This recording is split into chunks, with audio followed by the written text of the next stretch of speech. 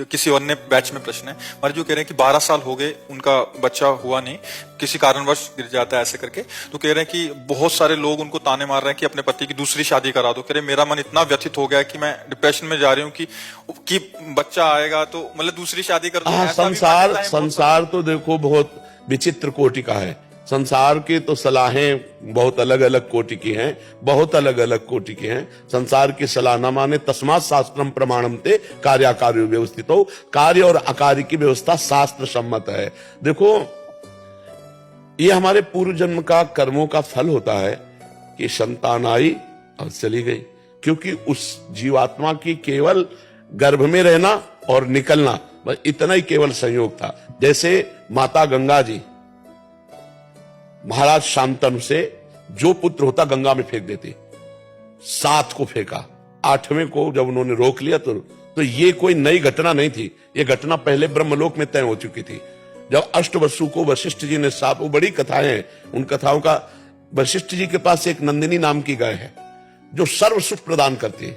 मतलब जो आप चाहो, जैसे कल्पतरु तैसे वो कामधेनु, जो चाहो आप वो दे दे और उसका दूध पीने वाला अमर हो जाता है। तो 8 वसु जा रहे थे, उनकी पत्नी एक के साथ थी, तो उन्होंने कहा ये बहुत सुंदर गाय, बोले तो कामधेनु गाय है। कामधेनु की महिमा बताई तो प्रलोभित हो गई और उसने कहा मृत्यु लोक में मेरी एक सखी है, इस गाय का अपहरण कर लो, इसका दूध पिलाएंगे तो अमर हो जाएगी। वो गाय अपहरण कर ली। थोड़ी देर में वशिष्ठ जी आए, वशिष्ठ जी देखा गाय नहीं, ध्यान के द्वारा देखा तो अष्टवसु लिए जा रहे, वहीं प्रकट हो गए और कहा तुम नीच कर्म किए, देवताओं से भी श्रेष्ठ वसु होकर के एक ब्रह्म ऋषि की गाय चुराई, जाओ तुम मृत्यु लोक को प्राप्त हो। तो 7 चरणों में गिर गए। 8वें की पत्नी ने यह सारा प्लान बनाया था, 8वें सम्मिलित सब थे। तब उन्होंने कहा महाराज मेरी कोई गलती नहीं, मैं केवल 7 था। तो बोले 7 ही जन्मोगे, पर जन्म लेते ही मुक्त हो जाओगे, लेकिन 8वां ये मुक्त नहीं होगा। तो उनका प्रभु वसु से हमको मनुष्य लोक में जन्म लेने का शाप दिलाया इसने, तो मुझे मृत्यु लोक में स्त्री प्राप्त ना हो। तो उनका एवं मस्त ऐसा ही हो। तो देखो 7 जन्मते गंगा जी ने मार दिया, गंगा जी के जल में फेंक करके। और 8वें भीष्म पितामह, और कहा था कि मुझे पत्नी न मिले तो आजीवन ब्रह्मचारी।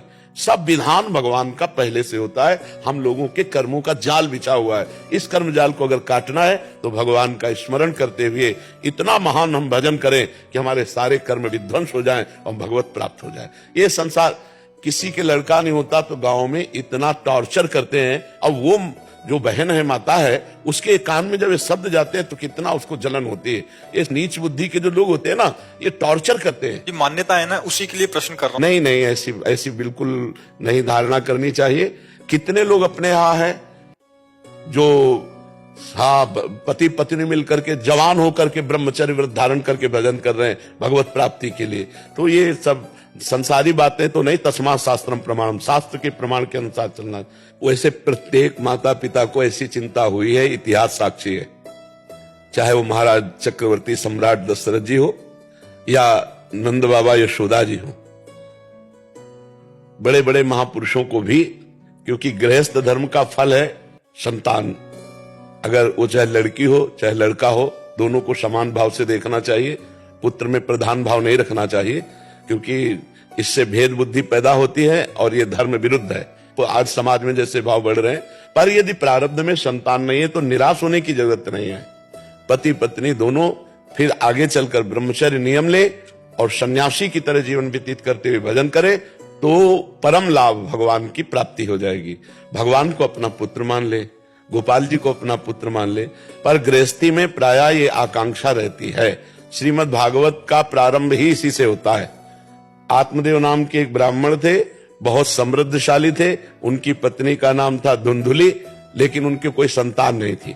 बहुत उन्होंने दान पुण्य यज्ञ याग आदि किए, लेकिन संतान नहीं हुई, क्योंकि उनके प्रारब्ध में संतान नहीं थी।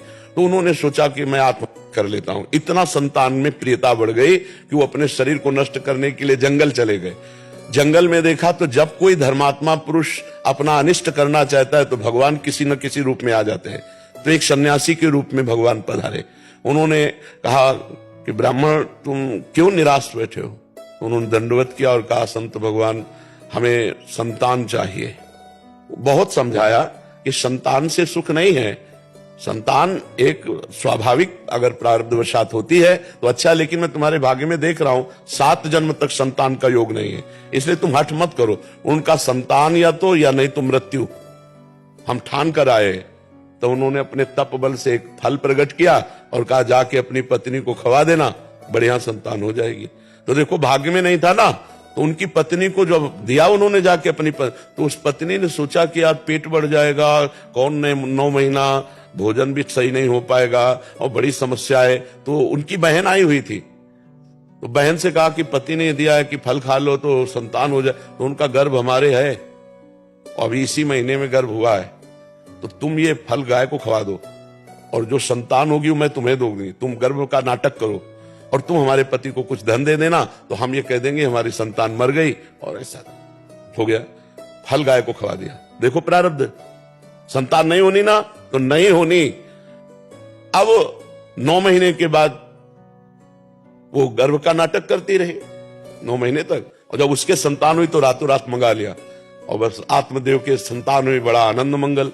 इधर अभी आनंद मंगल मनाया जा रहा है कि गाय के संतान हुई, कान भर केवल बछड़े के, गऊ के जैसे, और पूरा शरीर मनुष्य का, क्योंकि तब से वो महान ज्ञानी गोकर्ण जी महाराज, और उसका नाम रखा धुंधुली ने अपने नाम से मिलता जुलता धुंधकारी। अब वो जैसी जैसी अवस्था बढ़ी वैसे वैसे वो नीच आचरण करने वाला, छोटे बच्चे खेल रहे हैं उठा के कुएं में डाल देना, फिर चोरी करना, व्यभिचार करना, और इतनी पिटाई की माता और पिता दोनों की। तो माता तो पिटने के भय से ऊब करके कुएं में गिर के मर गई।